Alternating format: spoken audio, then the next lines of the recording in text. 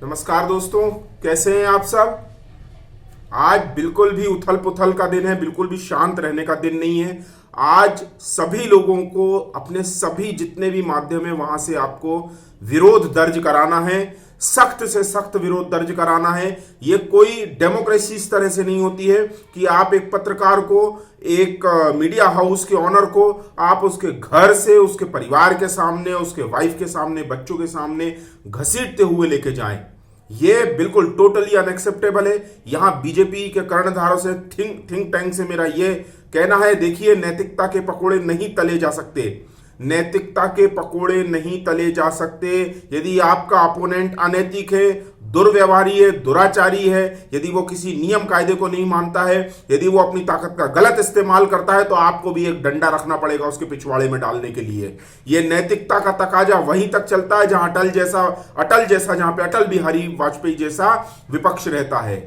जब नीच उद्धव ठाकरे जैसा व्यक्ति मुख्यमंत्री बन गया है महाराष्ट्र और मुंबई का, तो ये गुंडागर्दी उसकी बिल्कुल असहनीय है। आपको नैतिकता का तकाजा छोड़ना पड़ेगा। बड़ा डंडा लेके आइए अमित शाह जी, मोदी जी, योगी जी को बताइए आप योगी जी किस तरह से निपटते। योगी जी के पास जरूर एक बांस तो रखा ही होगा, ये इसके पिछवाड़े में डालेंगे ये पेंगुइन गवर्नमेंट की।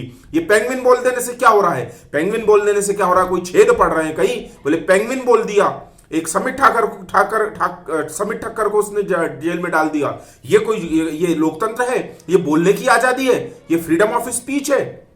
ये बिल्कुल टोटली अनएक्सेप्टेबल है। मैं आपको यहां पर देखिए बीजेपी के एक करके मोहरे पिटते जा रहे हैं। ये एक बीजेपी के लिए एक अलार्मिंग साइन है। आप इस तरह से अगर नैतिकता के पकोड़े तलेंगे और आपके मोहरे से पिटते रहेंगे तो ये आपका राष्ट्रवाद जो है वो बिखर जाएगा।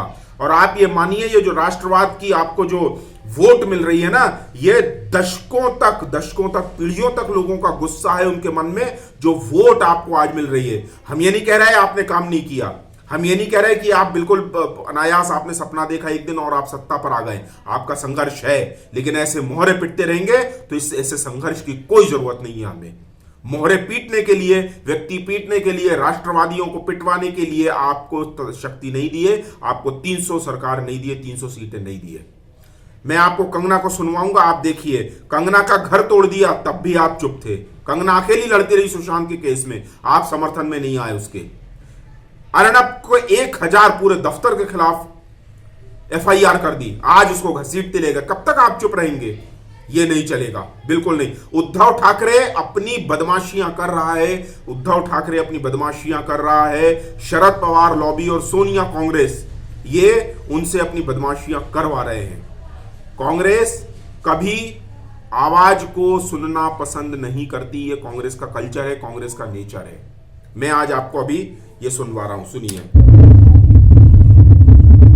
मैं महाराष्ट्र सरकार को ये पूछना चाहती हूँ कि आपने आज अर्नब गोस्वामी के घर में जाके हमारा हिसाब के बाद जो है वो सॉल्व किया है, तो आपने घर तोड़ेंगे ना, और कितने गले दबाएंगे, कितने बाल नोचेंगे आप, कितना आवाजें बंद करेंगे आप, सोनिया से ना कितने बात करेंगे आप, ये मुंह बढ़ते ही जाएंगे।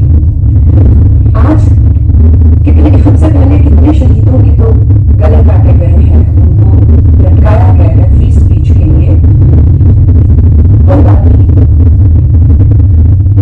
एक आवाज बंद करेंगे कई उठ जाएंगी। कितनी आवाजें बंद करेंगे आप? अब गुस्सा क्यों आता है? तो पेंगुइन कहता है तो गुस्सा आता है। अब पेंगुइन लगता है तो पेंगुइन कहेंगे, क्यों गुस्सा आता है? पप्पू से बैठ लेते हैं, अब पापा के पप्पू जैसा काम करेंगे तो पप्पू से तो कहेंगे। सोनिया से आगे तो गुस्सा आता है क्या? सोनिया से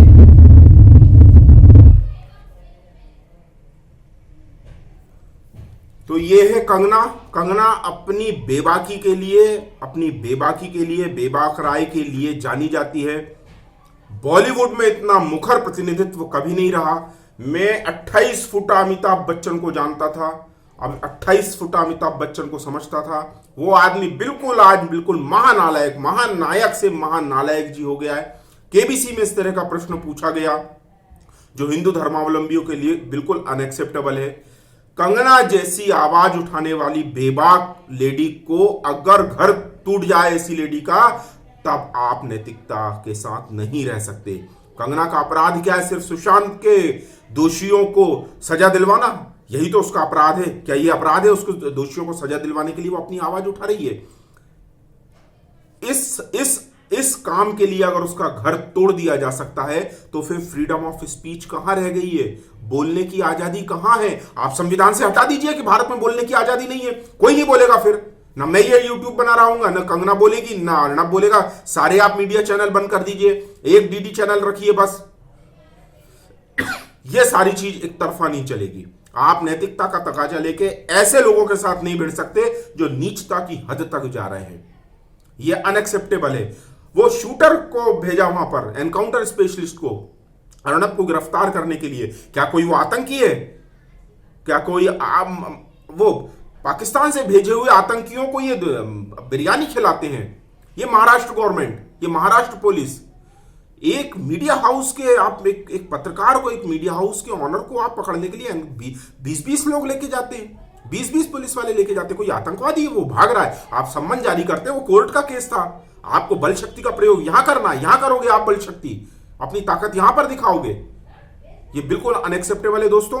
आप जहां से जैसे भी हैं, आप अपनी आवाज उठाइए। ये चुप रहने का समय नहीं है। या तो आप फ्रीडम ऑफ स्पीच खत्म कर दीजिए इस देश से। ये बेकार का हमको जो चोचलेबाजी नहीं चाहिए। फ्रीडम ऑफ स्पीच है, बोलने की आजादी है, बोलने की आजादी। जो बोलता है वो बोलता रहता है, जिसको आप दबाना चाहते हैं उसके टेटुए में हाथ डाल के आप दबा देते हैं। ये कौन सा तरीका है भाई?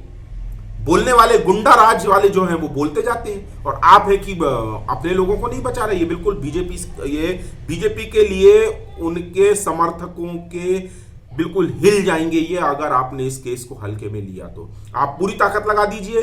बीजेवाईएम का युवा वर्ग जितना भी है, जितनी भी शक्ति है आप सड़कों पे लगा दीजिए, जितनी भी शक्ति है सड़कों पे लगा दीजिए। थाना घेर लीजिए, जेल घेर लीजिए वाली। ये नहीं चलेगा बिल्कुल, ऐसा नहीं चलेगा। आप किसी को भी घर से उठा लेंगे। ये हम बैठे हैं आज अपने परिवार के साथ, घरों में बैठे, क्या आप ऐसे किसी को उठा लेंगे?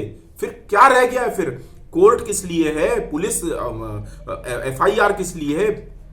वकील किस लिए? जुडिशियरी किस लिए है?